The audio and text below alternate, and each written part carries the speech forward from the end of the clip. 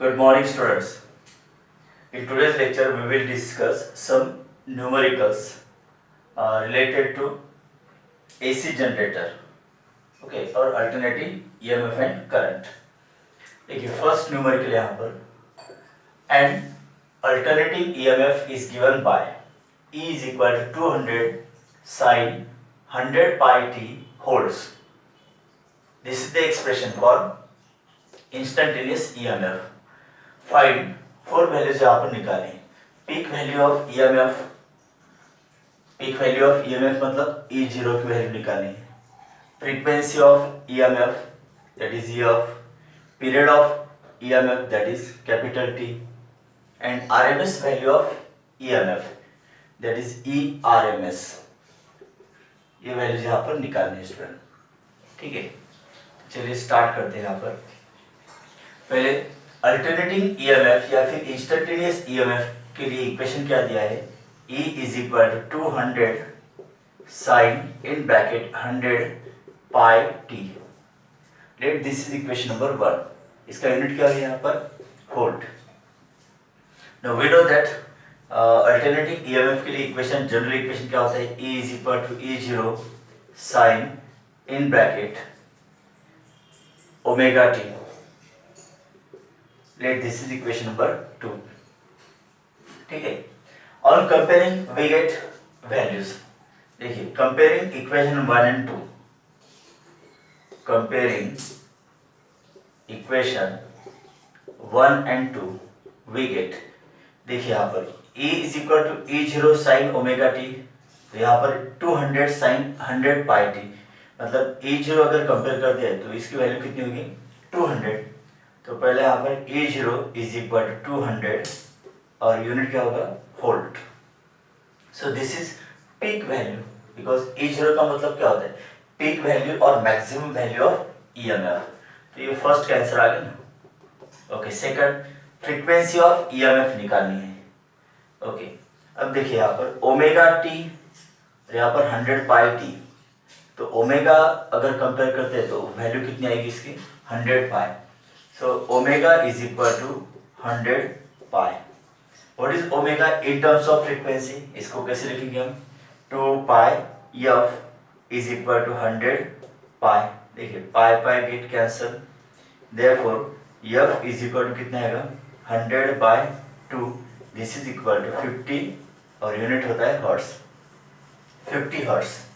Okay, मतलब AC generator में जो कॉइल रोटेटिंग होती है उसकी स्पीड कितनी होती है, 1 सेकंड में 50 रोटेशंस होते हैं.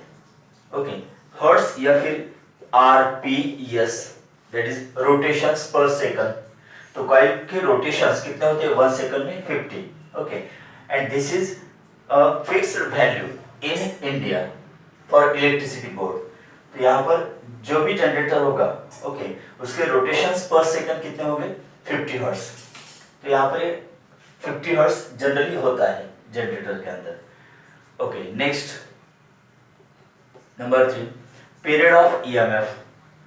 Period denoted by capital T. What is the relation between period and frequency. Reciprocal of period is known as frequency या फिर reciprocal of frequency is known as period. तो इसको हम 1/f लिख सकते हैं ऐसा. तो 1/50. ओके, तो ये कितना आएगा स्टूडेंट, 0. यस, अगर पॉइंट है तो यहाँ पर 10 आएगा. तो 10/50. तो और एक 0 यहाँ पर लेना होगा, तब जाके यहाँ पर 100 होगा. अब 100/50 मतलब 2 है ना. तो ये सेकंड.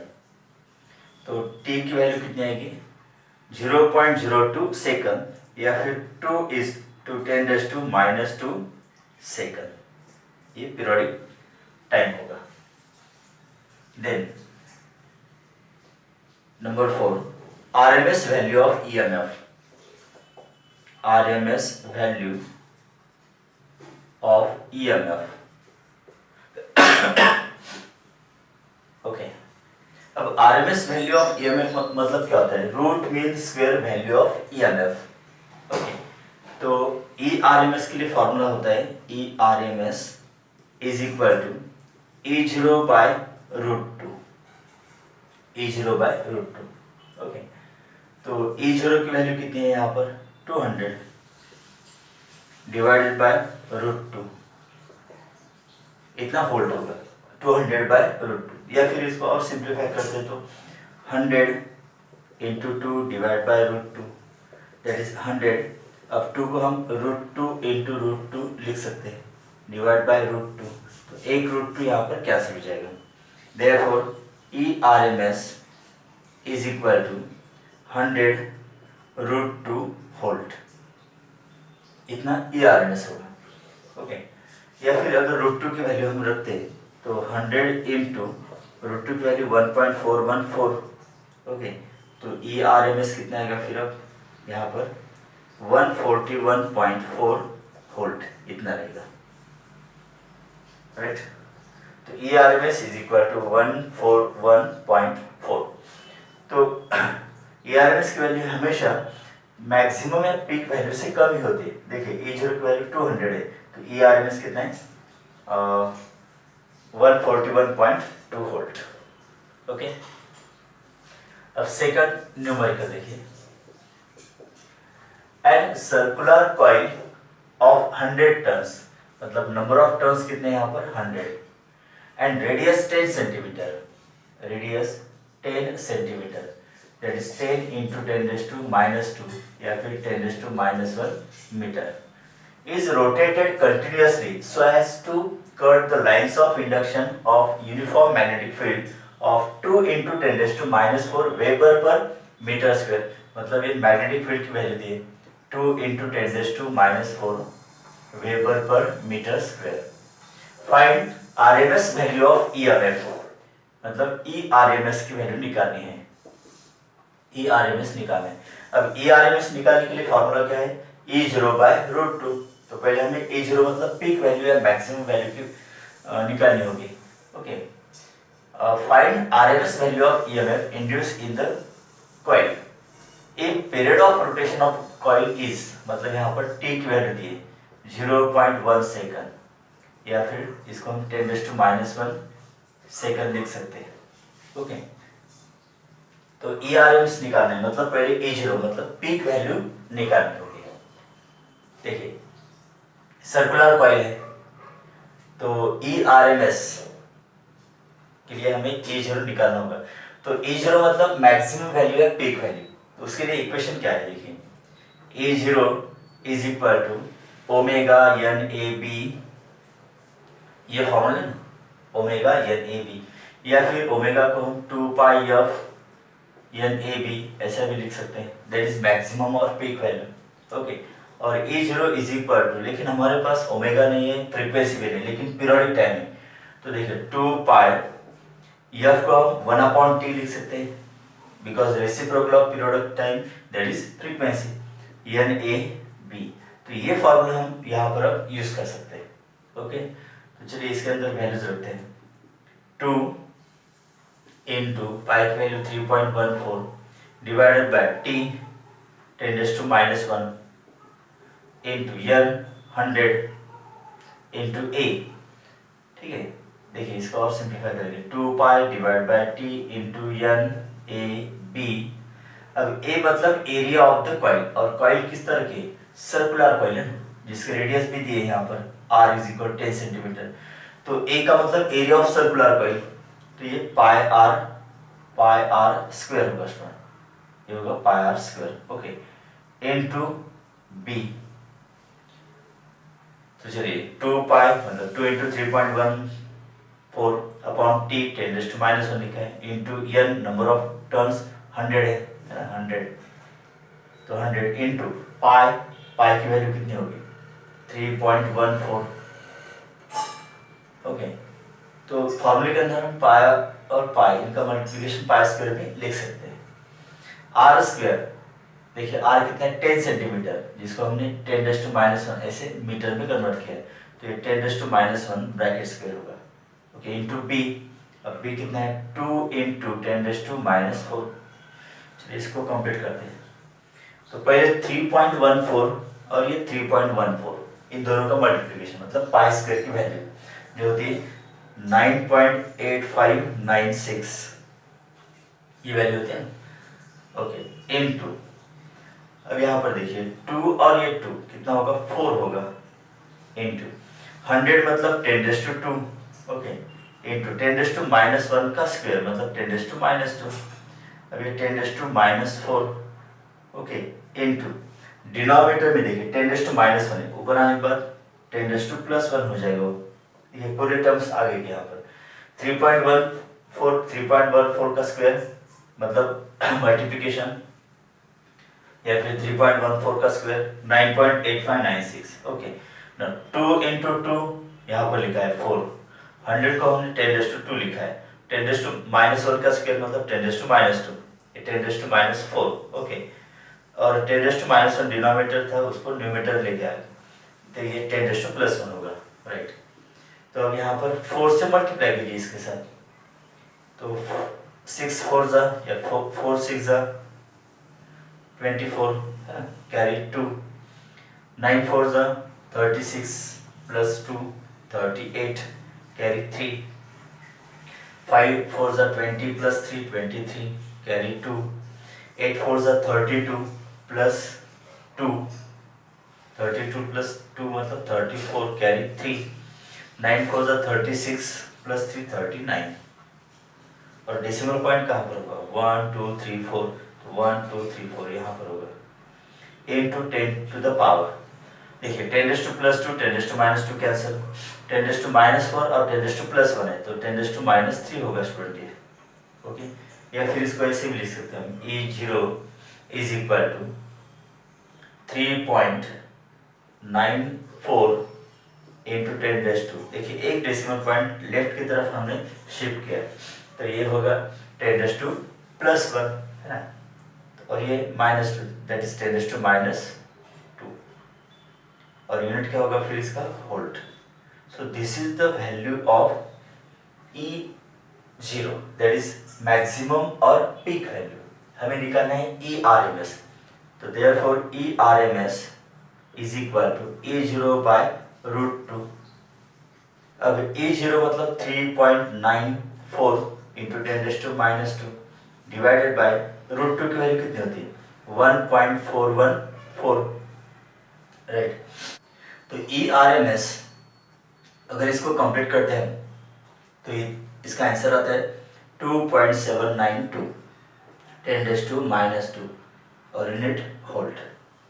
तो इस तरह से हमने ERMS की वैल्यू यहाँ पर निकाली है स्टूडेंट, ओके। चलिए next third numerical, a circular coil of turns 100 and diameter 24 centimetre, देखिए यहाँ पर भी नंबर ऑफ टर्न्स कितने हैं 100 है और डायमीटर दिया है यहाँ पर 24 सेंटीमीटर, इसका मतलब रेडियस कितनी होगी 12 सेंटीमीटर, दैट इज 12 इंटू 10⁻⁻², ये हो गया मीटर में conversion, is rotated continuously in uniform magnetic field of 3.6 into 10⁻⁴ tesla, मतलब B की वैल्यू दी है ना यहाँ पर 3.6 इंटू 10⁻⁴ टेस्ला, if speed of rotation is 5 by radian per second. अब रेडियन पर सेकंड मतलब ये ओमेगा की वैल्यू, तो omega is equal to 5 by radian per second. Find maximum EMF induce in the coil, maximum EMF या peak value का मतलब होता है E0, तो यहाँ पर E0 की वैल्यू निकालनी है, and instantaneous value of EMF when plane of coil is inclined at 30 degree, मतलब यहाँ पर देखिए थीटा की वैल्यू 30 डिग्री दी है, तो इंस्टेंटेनियस EMF मतलब अल्टरनेटिंग EMF, ये E, इसकी वैल्यू निकालनी है, ओके। तो E की वैल्यू निकालनी है कौन सा एंगल पर, जब कॉइल 30 डिग्री एंगल करता है, ओके। लेकिन यहाँ पर कंडीशन क्या थी, instantaneous value of EMF when plane of the coil inclined at 30 degree to the direction of field. तो थीटा मतलब क्या होता है, theta is nothing but the angle between normal to the surface of coil and magnetic field. देखिए यहाँ पर ये magnetic field की डायरेक्शन है, ओके, और प्लेन ऑफ द कॉइल, देखिए when plane of the coil is inclined at 30 degree to the direction of field, तो यहाँ पर ये प्लेन होगा कॉइल का, okay, this is the plane. और ये प्लेन यहाँ पर 30 डिग्री एंगल करता है student. This is the plane of the coil और plane of the coil makes angle 30 degree with the direction of magnetic field. लेकिन थीटा क्या होता है, अगर इस प्लेन सरफेस को हम नॉर्मल ड्रॉ करते हैं, दिस इज नॉर्मल, ओके, तो थीटा मतलब क्या होता है हमेशा कि angle between normal drawn to the surface to the direction of magnetic field. तो ये पूरा यहाँ पर 90 डिग्री होता है, तो ये इतना एंगल 30 होता है, तो बचा वाला एंगल कितना होगा 90 माइनस 30 दैट इज 60। तो थीटा की वैल्यू 30 नहीं होगी स्टूडेंट, कितनी होगी 60 होगी, ओके, तो यहाँ पर 60 डिग्री होगी, राइट, क्लियर हो गया पॉइंट। देखिए when plane of coil is inclined at 30 degree to the direction of field, this is plane of the coil, और ये plane of the coil यहाँ पर डायरेक्शन ऑफ मैग्नेटिक फील्ड के साथ 30 डिग्री एंगल करता है, ठीक है। लेकिन एंगल जो हम इक्वेशन में लेने वाले थीटा, उसका मीनिंग क्या होता है, the angle between normal drawn to the surface of coil and in the direction of magnetic field. तो अगर यहाँ पर नॉर्मल ड्रॉ करते हैं स्टूडेंट, ये परपेंडिकुलर होगा 90 डिग्री और इतना एंगल यहाँ पर 30 डिग्री है, तो बचे वाला एंगल मतलब हमें जो एंगल लेना है इक्वेशन कैलकुलेशन के बाद वो कितना होगा 60 होगा, ठीक है, 90 माइनस 30 दैट इज 60। तो ये वैल्यूज यहाँ पर निकालनी है। चलिए पहले E0 के लिए वैल्यू क्या होती है, E0 is equal to omega N A B, ये फॉर्मूला है, पीक वैल्यू है मैक्सिमम वैल्यू। पहले क्या निकाले, फाइंड मैक्सिमम ईएमएफ इंड्यूस्ड, मतलब E0 की वैल्यू। देखिए ओमेगा एन, अब सर्कुलर कॉइल है तो पाई आर स्क्वायर होगा एरिया, ओके, और बी इसमें वैल्यूज रखते हैं। E0 is equal to omega कितना है 5 pi N 100, okay, pi R square मतलब मीटर की वैल्यू यहाँ पर लेनी है 12 into 10⁻² bracket square, B 3.6 into 10⁻⁴। तो E0 इज इक्वल टू देखिए 5 pi into pi pi square, okay, 100 को हम 10⁻² लिखेंगे इंटू 12 का स्क्वायर 144 होता है ना, और ये 10⁻⁴ हो जाएगा, -2 का स्क्वायर -4, ओके, इंटू 3.6 इंटू 10⁻⁴। तो यहाँ पर देखिए E0 is equal to 5 into pi square मतलब 3.14 का स्क्वायर क्या होता है 9.8596, ओके, इंटू अब 144 और 3.6 का मल्टीप्लिकेशन कितना होगा, तो ये होता है स्टूडेंट 518.4 इतना होगा, ओके, और अब ऑर्डर ऑफ मैग्नीट्यूड 10⁻⁴, 10⁻⁴, 10⁻⁸, और ये 10⁻² है मतलब 10⁻�6 रहेगा, ओके। अब E0 is equal to 5 into 9.8596, okay, अब इसका मल्टीप्लिकेशन कितना होगा स्टूडेंट, तो ये प्रोडक्ट होता है स्टूडेंट 49.34, ओके, समथिंग, इंटू ये 518.4 इंटू 10⁻⁻6, तो देयरफॉर E0, ओके, अब 49.34 और 518.4 अगर ये लॉग टेबल से हम सॉल्व करते हैं या फिर डायरेक्ट मल्टीप्लिकेशन करते हैं, ओके, तो आंसर कितना आएगा देखिए, तो इसका मल्टीप्लिकेशन कितना आएगा स्टूडेंट 49.34 इंटू 518 लॉग टेबल से अगर सॉल्व करते हैं तो ये आता है 2558 इंटू 10⁻+1 आता है, ओके, और ये 10⁻⁻6। देखिए यहाँ पर E0 इज इक्वल टू 10⁻1 10⁻⁻6 मतलब 10⁻⁻5 बचेगा। अगर हम decimal point 2 digit left shift करते हैं तो ये 25.58 इंटू 10⁻³ रहेगा, ओके, वोल्ट, या फिर 25.58 मिली वोल्ट, बिकॉज 10⁻³ वोल्ट मतलब मिली वोल्ट। तो ये वैल्यू होगी पीक वैल्यू और मैक्सिमम वैल्यू, है ना। अब उसके बाद इंस्टेंटेनियस ईएमएफ निकालना है, तो उसके लिए इक्वेशन हमारे पास कौन सा है, E is equal to E0 sine omega t, that is E0 sine theta, because theta को हम ओमेगा टी लिख सकते हैं, नाउ ई जीरो की वैल्यू 25.58 इंटू 10⁻³ ये value, okay, into sine 60 degree, तो E is equal to 25.58 into 10⁻³ okay, into sine 60। अब sign 60 मतलब √3/2 होता है ना। तो अगर लॉग टेबल में देखते हैं नेचुरल साइन, तो √3/2 का मतलब क्या होता है 0.8660 इतना, okay.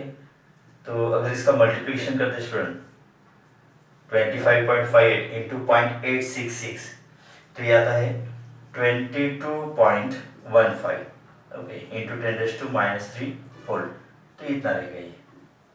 That means E is equal to 22.14 milli volt, right. तो इंस्टेंटेनियस मतलब प्लेन ऑफ द कॉइल जब मैग्नेटिक फील्ड के साथ 30 डिग्री एंगल यहाँ पर करता है, तब EMF इन द कॉइल कितना प्रोड्यूस होता है, that is called instantaneous EMF। ये 22.15 इंटू 10⁻³ वोल्ट या फिर 22.15 मिली वोल्ट, राइट स्टूडेंट। चलिए नेक्स्ट MCQ यहाँ पर, the length of each side of a square coil of 10 turns is 10 centimeter. It rotates in magnetic field of flux density 25 into 10⁻³ Tesla. If maximum induced EMF is 20 millivolt, then the angular velocity of the coil will be. यहाँ पर given data क्या क्या देखिए, the length of each side of square coil, तो यहाँ पर एक square coil है, देखिए स्क्वायर कॉइल, और जिसकी लेंथ कितनी दी है 10 सेंटीमीटर, मतलब 10 into 10⁻², that is 10⁻⁻1 metre, okay. और नंबर ऑफ टर्न्स यहाँ पर दिए 10, length 10 centimetre, number of 10 turns भी 10, ओके। और फ्लक्स डेंसिटी मतलब मैग्नेटिक फील्ड, तो B की वैल्यू यहाँ पर दी है 25 into 10⁻³ tesla. If maximum induce EMF, maximum induce EMF मतलब E0 20 milli volt, that is 20 into 10⁻³ volt, okay. The angular velocity of the coil will be, मतलब omega की वैल्यू हमें निकालनी है। देखिए मैक्सिमम और पीक वैल्यू के लिए फॉर्मूला क्या होता है, E0 is equal to omega NAB, okay. तो E0 पता है NAB, तो ओमेगा की वैल्यू निकालनी है, देयरफॉर ओमेगा के लिए इक्वेशन क्या होगा E0 डिवाइडेड बाय NAB। तो इसमें वैल्यूज रखते हैं, E0 की वैल्यू है 20 into 10⁻³ divided by N10 area.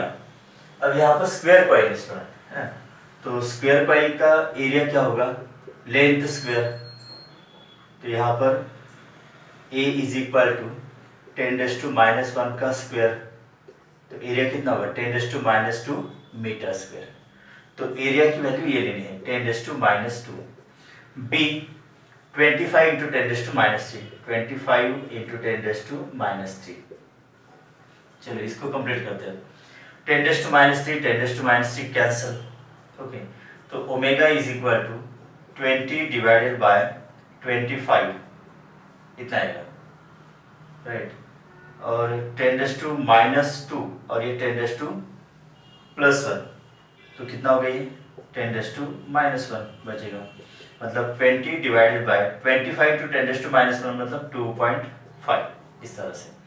Therefore omega is equal to, अगर ये पॉइंट निकाल देते तो ऊपर एक जीरो ऐड होगा 200/25 है ना, 25 8 200, सो ये 8 रेडियन पर सेकंड, ये आंसर रहेगा स्टूडेंट, मतलब ऑप्शन डी, ठीक है। चलिए नेक्स्ट 5th नंबर का MCQ, in AC circuit the current is given by I is equal to 6 sin 200 pi t plus pi by 6 ampere.